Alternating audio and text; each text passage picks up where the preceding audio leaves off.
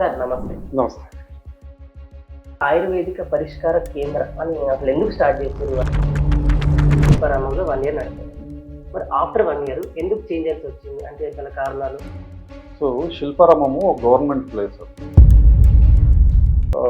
ఇందాక మీరు చెప్తూ ఉన్నారు కదా, అవును. రైట్, 50 ఏళ్ల తర్వాత రావాల్సిన 20 ఇయర్స్ తర్వాత ఎందుకు వస్తున్నాయని.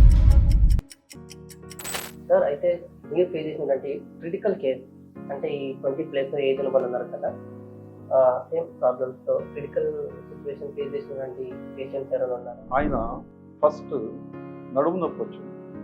ఆయన ఒక కంపెనీకి country head. Okay, very knowledge and educated person. నడుము నొప్పి వచ్చింది, ఆపరేషన్ చేయాలన్నారు. ఆపరేషన్ చేశారు. ఆపరేషన్ అయిపోయిన తర్వాత 1 మంత్ ఆయన లీవ్ పెట్టుకొని ఇంట్లో ఉండి 1 మంత్ తర్వాత ఆఫీస్కి వెళ్దాం అనుకునే టైంలో మెడ నొప్పి. ఓకే, మెడ నొప్పి వస్తే మళ్ళీ వెళ్తే మళ్ళీ ఆపరేషన్ చేయాలన్నారు. అప్పుడు ఎవరో తెలిసిన వాళ్ళు చెప్తే మన దగ్గరకు వచ్చినారు. రైట్, అంటే ఏంటి, ఇప్పుడే లేటెస్ట్గా ఆపరేషన్ ఒక వూండ్ ఒక దగ్గర ఉంది, మళ్ళీ కొత్త ప్రాబ్లం ఒక దగ్గర ఉంది.